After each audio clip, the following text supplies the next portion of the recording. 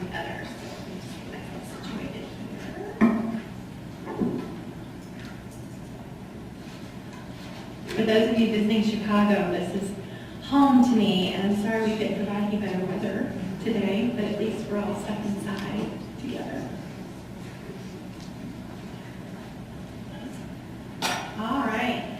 So, good morning. Thank you for coming. This is my first time actually at this conference as well, so I'm super excited to be here. I know this is the 6th annual, and with my cancer background, I probably should have been at this one before, but it's my first visit, so I'm really happy to be here.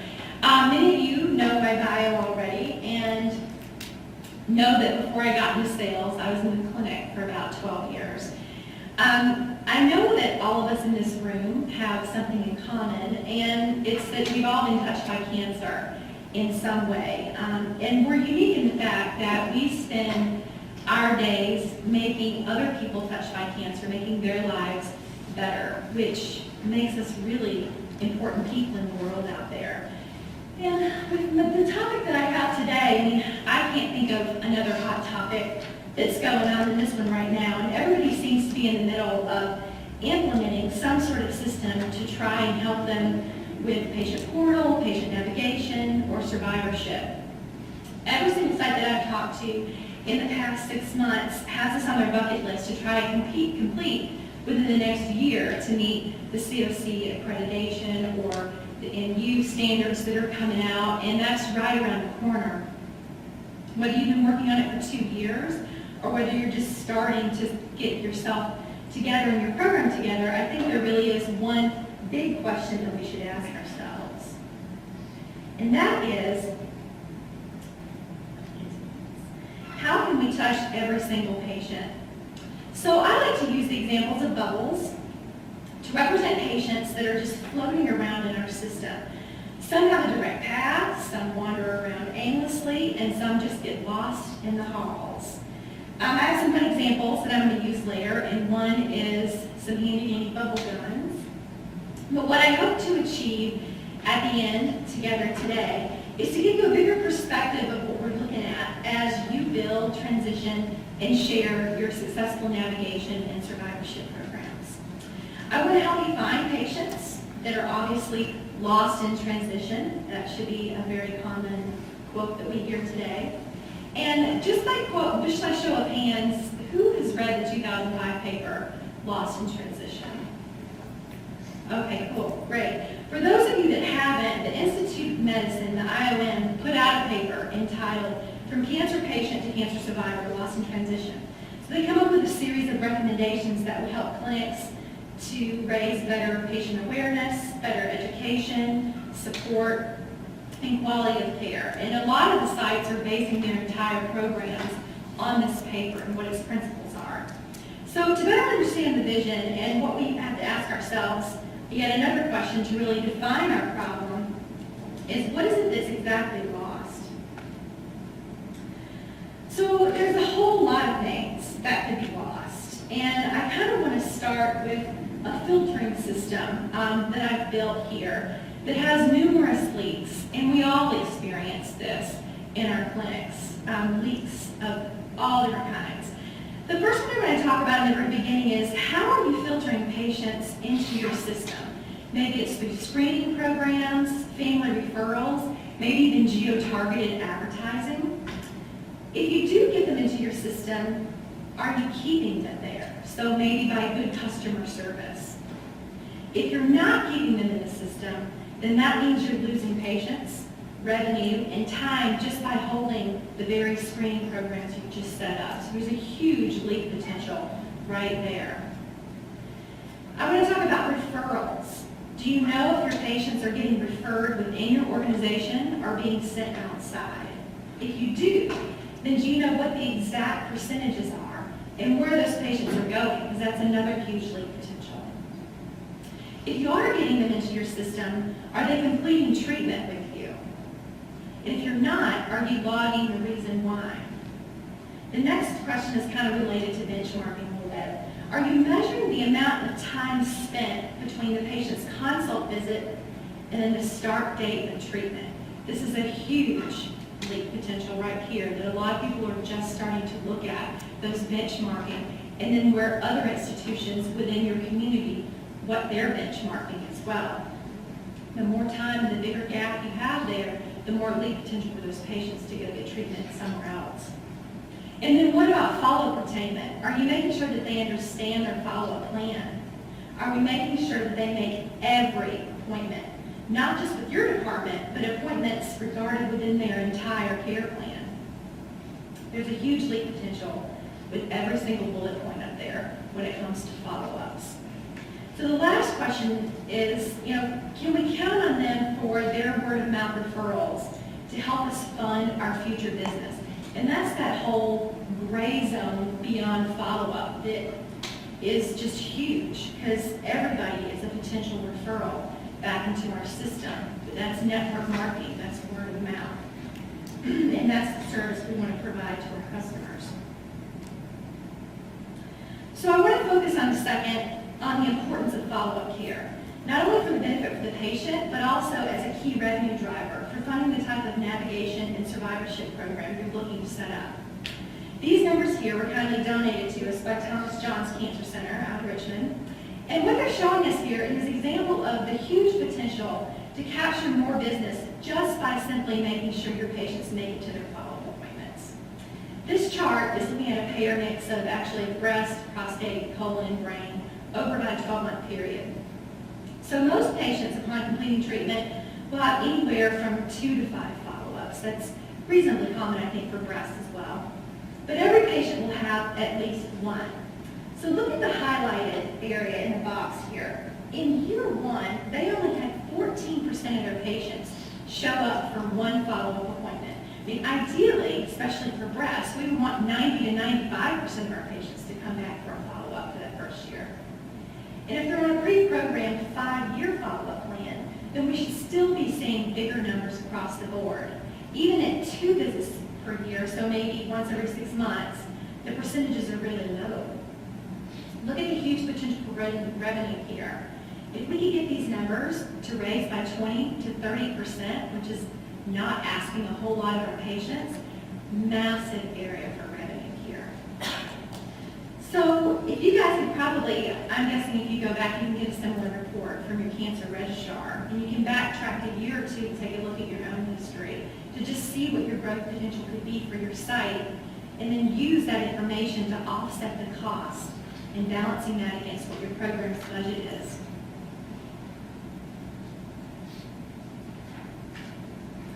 So as I said before, we need to kind of know where the patients are before we can start to plug the leaks.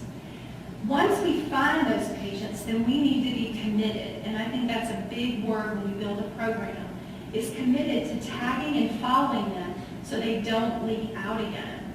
This is a promise we need to make to our patients, and this is where I think you can really make or break a system's reputation. So a couple of other ways we lose patients that most systems don't currently keep a good record on is what if the patient moves and doesn't notify you? Or perhaps they just came to the U.S. for treatment and now they've returned to their home country. I know in a lot of sites that I've worked in, we had a lot of Hispanics that came up from Mexico just for treatment. They stayed with family members and then they went back home and we completely lost touch of where they went. That's a lot of numbers for us that we lost, that they just walked right out of the country. Or here's a big one I know that we probably all experienced. What if the patient dies and we have no idea? How many of us have made that phone call to the home to try to figure out why the patient hasn't come in for the follow-up exam?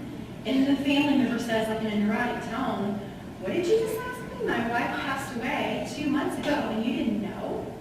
You were her doctor. I told her PCP. They didn't notify you? And that one I think always makes us pause. If you're in the cancer business or even in the healthcare business, somebody you know has experienced that phone call, and then you have to go back and play the numbers game to say, okay, well, how many other people have not shown up for follow-up that actually passed that we don't know about? Those are big reportables, and those are big reportables on revenue to us. Sad to say, but it is. So let's say you captured a breast patient through a screening program, and they ended up testing positive.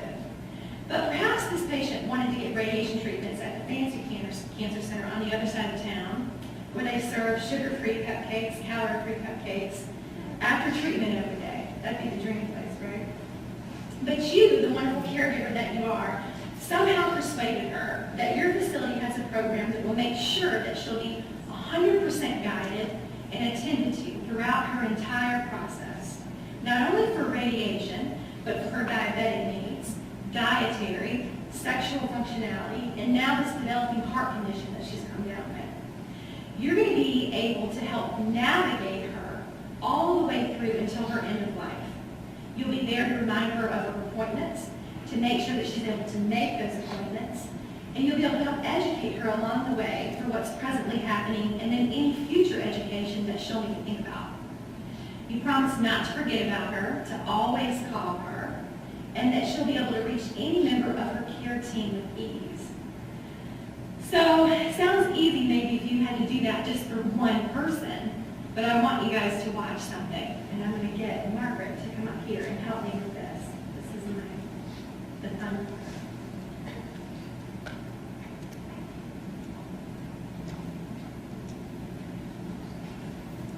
And I'm not going to make you come up now. I'm going to help this.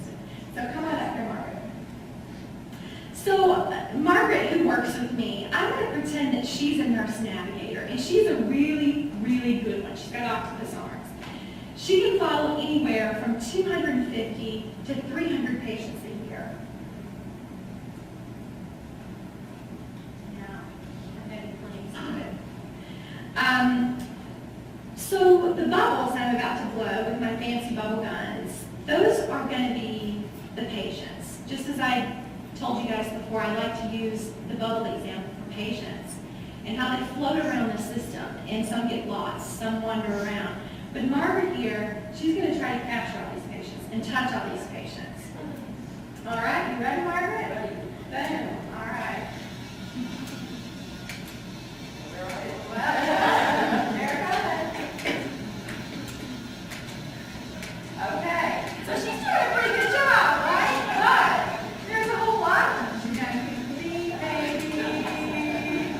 All right. You guys will go over here, right? So this is just one person. Thank you. Thanks, Margaret. You don't always get your boss to jump around and pop bubbles. That will probably be the only time. Thank you. So, what if you had a system that takes on 500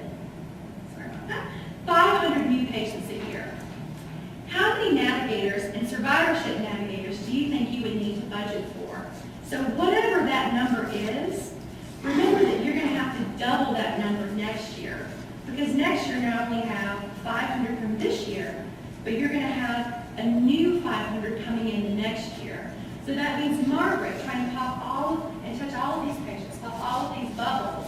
She's going to have 2 more people on the other side for next year, even creating a bigger scheme. So now what about a system that takes on 6,000 new patients a year? If this were my system, and Margaret were my navigator with her octopus arms, I'd need about 20 navigators. That means I'd be expending anywhere between $1.6 and $2 million a year just in FTEs alone. What's needed, and I think everybody knows this in this room, is a more efficient way to track and navigate patients through the system, where navigators can not only follow more patients, but be able to report back on everything they've experienced with each patient's process. That's the reportables we all need.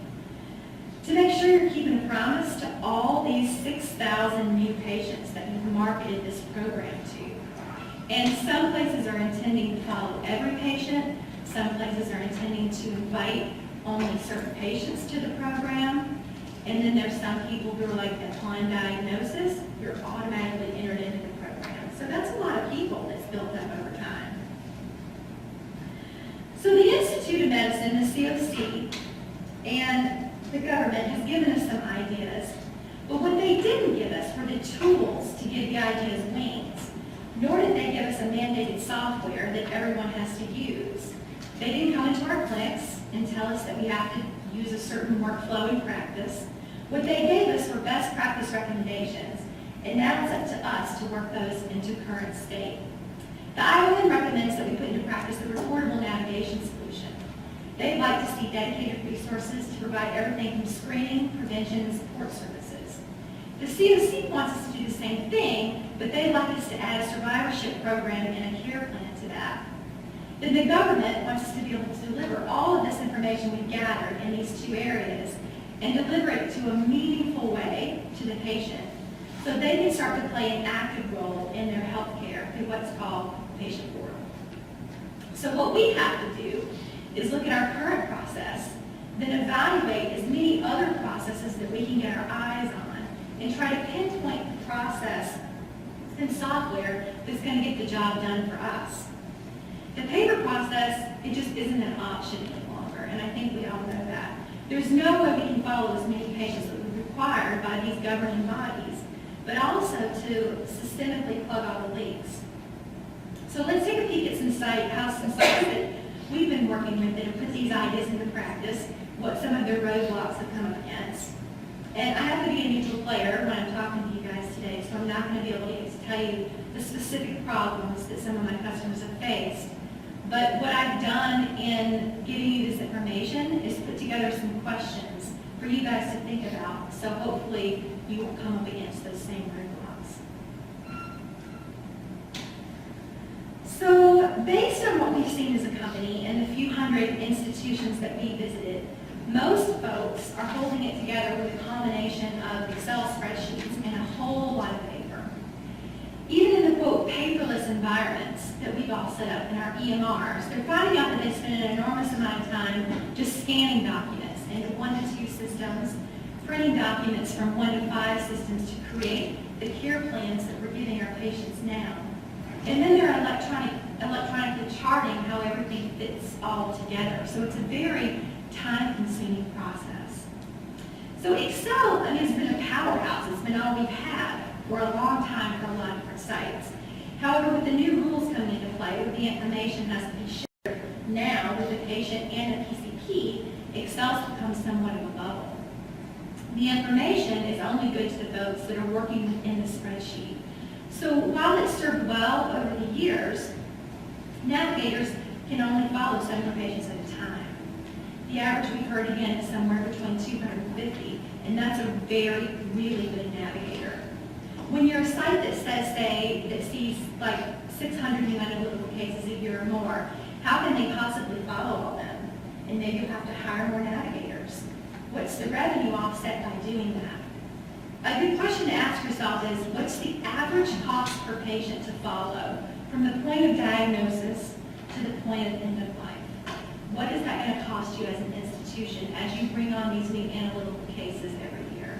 And how many do you really want to bring on every year for your ramp up? So how do we get out of here? Well, we need to start shopping for software. And navigating your way through the sea of vendors takes a lot of time.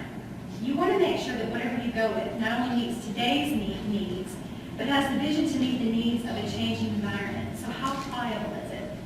For example, the standards that the COC has today may apply for us in 2015, but you can bet your bottom dollar that when 2015 rolls around, you're going to need a whole new set of standards to follow.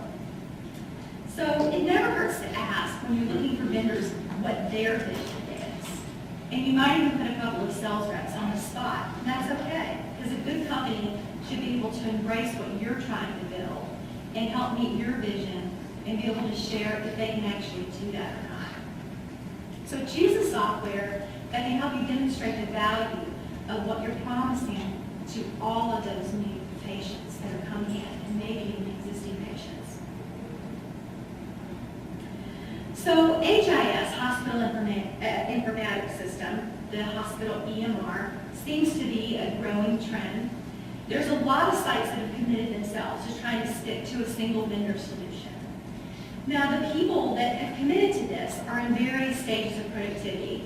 Some are sites that are just getting started with this project. Some have been going on for 5 years now. But let's say you're on the cusp of deciding. So what questions should you be asking yourself? The first one right off the bat for anybody, no matter what stage of this that you're in, is can the HIS system we currently own do what we envision? If the answer is yes, You'll need to start coming up with ideas of what templates need to be built, about how many, what would the flow from template to template be, would they auto-populate or would it be manual entry?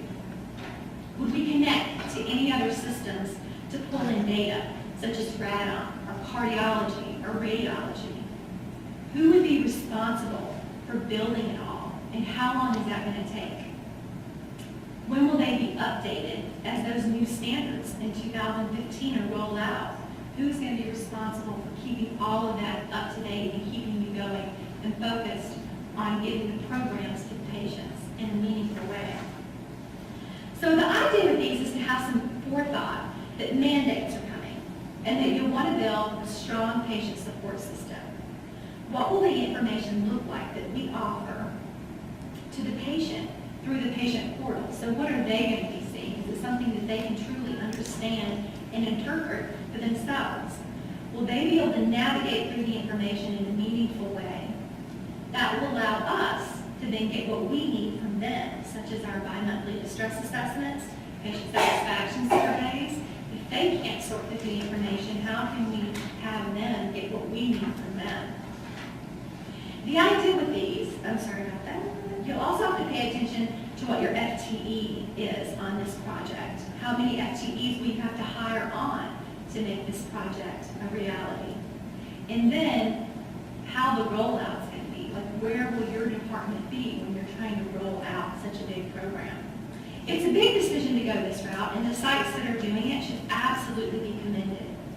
Many have been working already, and as I said, for a year or two on this. Some are doing a really great job. They're pleased with what they have accomplished, and then others are still kind of struggling to pull it all together and figure out what the rollout should be. So I'm not necessarily saying this is a good idea or a bad idea. It's just a really big decision if you want to go this route. So the next type I want to talk to you guys about is niche type softwares. And these have been around for years. For example, if you're running a smaller type HIS system, which may not allow you the single vendor approach, and you don't have the resources to build out a program within that, then using some type of niche software may be the route for you. If you're thinking you might want to go this route, then here's just a few tips that I want to get you guys to think about.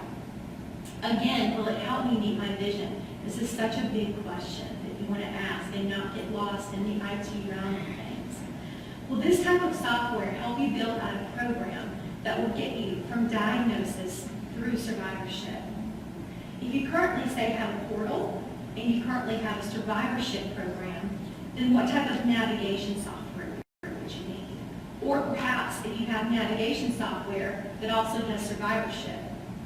Or if you currently have a portal and you have navigation software, then your challenge may be to find survivorship software solution that'll be able to take on information in a meaningful way and act as a repository for you. Is it customizable? Can you shape it in a way that fits into your system's current language? For example, do you call your notes patient notes, progress notes, or chart notes? Will you be able to put your company's logo on everything that you print and send out to the patient? You want to be able to start shopping and find something that works for you instead of you shaping your process and procedure to make the software work. Another good question is interfacing. Can it interface with the existing systems that you already have in radiology, pathology, lab, radiation, and medical oncology? Will it be bi-directional? So not only will you want to receive information from it, but can the system of choice also send that information back out? There's so many larger institutions that are running these big HIS systems that require, they're like the mothership. So they're requiring information to go back into them because they want to be the single repository. So can the software that you choose be able to do that, be able to bridge that gap? Do you want outside providers to be part of this? To be able to invite them in as part of the patient's care team through your software? The big one, of course, is it user-friendly, right?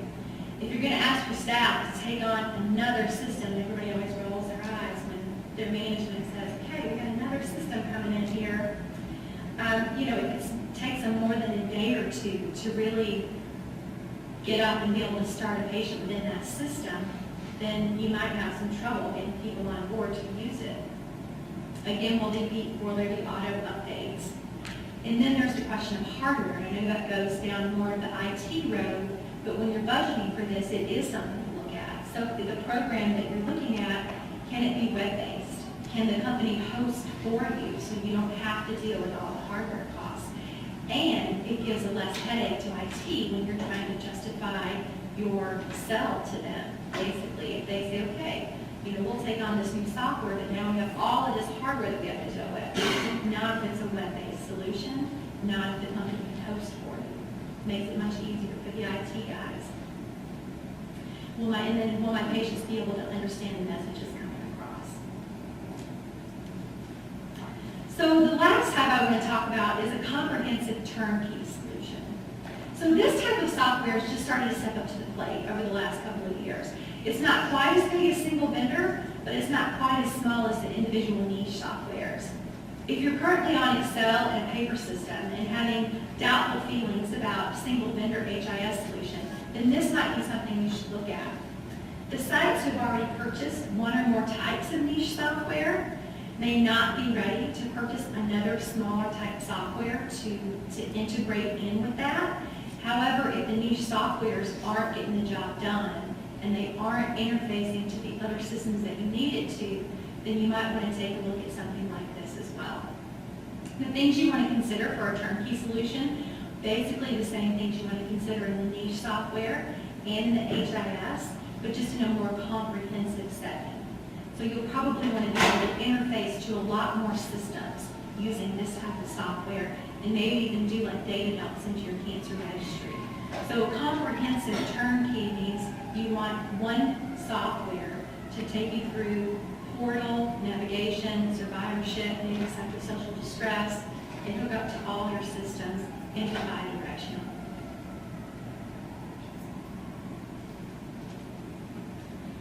So it's easy to get hung up on all the decision making that goes along with budgeting and program creation. So I want to take a step back away from IT and what they want to really look at how the system will be feeding your program and improving outcomes across the grid.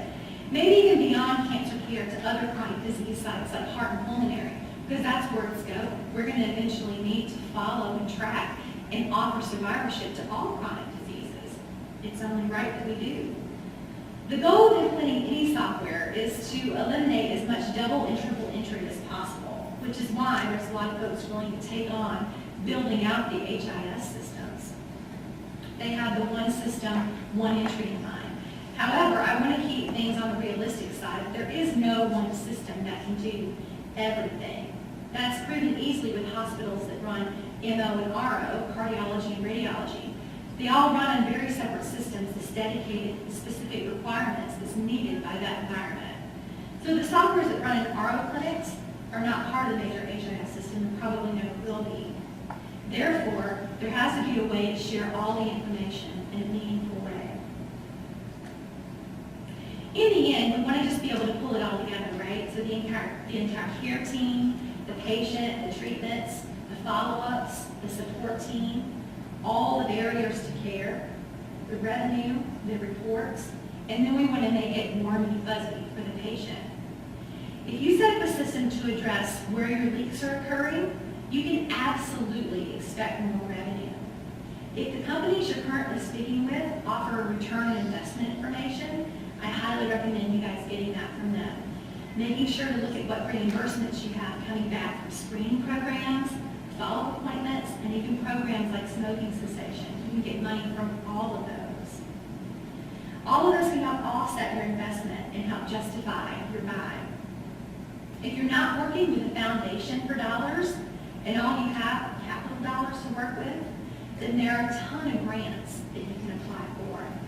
We have more than a handful of clinics that have decided on our turnkey solution that are using grant money. And I got word that Levy Cancer Center in Northridge, California, paid for their entire system with grant money alone. So the National Cancer Institute